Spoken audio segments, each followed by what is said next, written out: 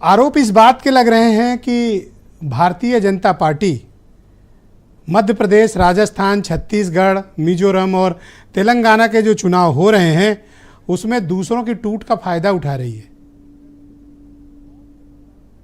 मेरी सबको राम राम। राजनीति में है और राजनीति की जाती है सत्ता में आने के लिए। अगर कोई टूट रहा है तो वो अपने गिरेबान में झांके, भारतीय जनता पार्टी के ऊपर आरोप नहीं लगाए। अभी मैं सुरेंद्र जी को सुन रही थी, सुरेंद्र जी ने बहुत बड़ी बड़ी बातें करी और भारतीय जनता पार्टी के नेतृत्व को, एनडीए को खूब नीचा दिखाने का प्रयास किया। तो मैं यही कह सकती हूँ ना कि अहंकार में तीनों गए, बजबुद्धि और वंश, ना मानो तो देख लो कौरव, रावण और कंस।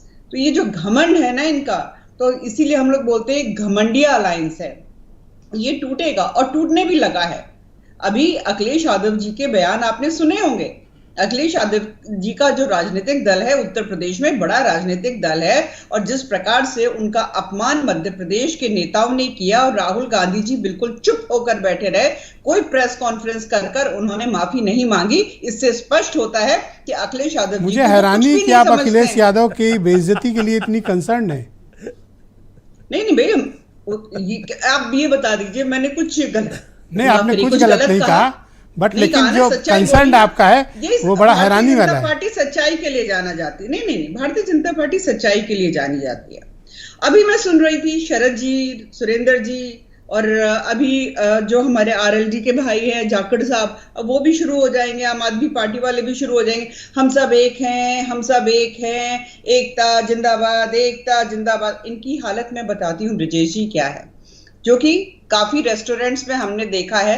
मैं 5 स्टार्स की बात नहीं कर रही हूँ, आम रेस्टोरेंट्स में कई बार क्या होता है, मंडी में जाते हैं और जो बासी, थोड़े सड़े गले, जिनका कोई काम नहीं, वो सब्जियां उठाते हैं और मिक्स्ड वेजिटेबल बनाकर आप अपने लोगों को, जो भी उनके रेस्टोरेंट में आते हैं, परोस देते हैं और उससे उन लोगों का पेट खराब होता है।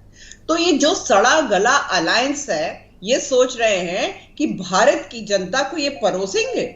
अभी तो आप बड़ा हाई लेवल की रिस्पेक्ट अखिलेश यादव के लिए कर रही थी, अब आप उनकी पार्टी को सड़ा गला सब्जी कह रही हैं। रिसेंटली आपने प्रेस किया, अचानक से दारा सिंह जी और ओम प्रकाश राजभर याद आ गए। शरद जी, पहला राउंड है, नो इंटरप्शन प्लीज, आप नोट कर लें, अपनी बारी में जवाब दें।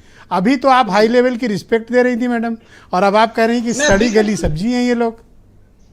नहीं, इनका मैं व्यक्तिगत रूप से बिल्कुल सम्मान करती हूँ, है ना, और राजनीतिक तौर पे मैं जानती हूँ कि ये लोग सड़े गले लोग हैं। तभी उत्तर प्रदेश की जनता ने इनको, समाजवादी पार्टी को, लगातार आईना दिखाया है। कांग्रेस भाषा ठीक करा ली, एक नई चीज और उत्तर प्रदेश में चालू है, आपको पता ही होगा ब्रजेश जी, आपकी आवाज कट कट के आ रही है। आप बोले, मैं सुन रहा हूँ आपको, कंटिन्यू करें, आपकी आवाज आ रही है। ये कांग्रेस वालों ने उत्तर प्रदेश में समाजवादी पार्टी को नीचा दिखाने के लिए एक चीज और शुरू की हुई है। वो ये शुरू की हुई है, मुसलमान तो सारा का सारा कांग्रेस को वोट कर रहा है। अलायंस की बात नहीं हो रही है, मुसलमान सारा का सारा। मैडम, आप समाजवादी पार्टी की इज्जत को लेकर क्यों इतनी फिक्रमंद हैं? अरे मैं इनकी सच्चाई बता रही हूँ, जो हम सब एक का नारा लगा रहे हैं। दूसरी तरफ अखिलेश यादव जी ने 65 से ज्यादा सीटों पे अपने प्रभारी नियुक्त कर दिए हैं। ये कौन सी एकता की बात कर रहे हैं? मायावती जी एक महिला है, दलित नेता है, किस प्रकार से उनको बदनाम करने का प्रयास किया जा रहा है। तो अपने आप को ये लोग कहते हैं कि हम जो है, जो कांग्रेस पार्टी एंड ऑल है, कहते नहीं, हम तो महिलाओं का सम्मान करते हैं, दलितों का सम्मान करते हैं, पिछड़ों का सम्मान करते हैं। ऐसे सम्मान होता है क्या? सम्मान आपने सबकी इज्जत पर कंसर्न शो किया, लेकिन आपको ये भी समझना चाहिए कि राष्ट्रीय लोक दल को भी एक सीट ही मिली, सिर्फ उनकी इज्जत का कंसर्न कौन रखेगा? देखिए, बेचारी आरएलडी का तो हाल इतना बुरा कर दिया। मैं बताऊं, मैं चौधरी चरण सिंह जी जो हैं वो किसान मसीहा कहलाए जाते हैं। वो किसी एक क्षेत्र या किसी एक जाति के नेता नहीं थे, वो महान नेता थे, और इस राजनीतिक दल ने उनको समेट कर एक जाति का नेता बना दिया उस पार्टी को। हाँ, और फिर कहते हैं चौधरी चरण सिंह जी का और कोई नाम नहीं लेगा, केवल हम नाम लेंगे।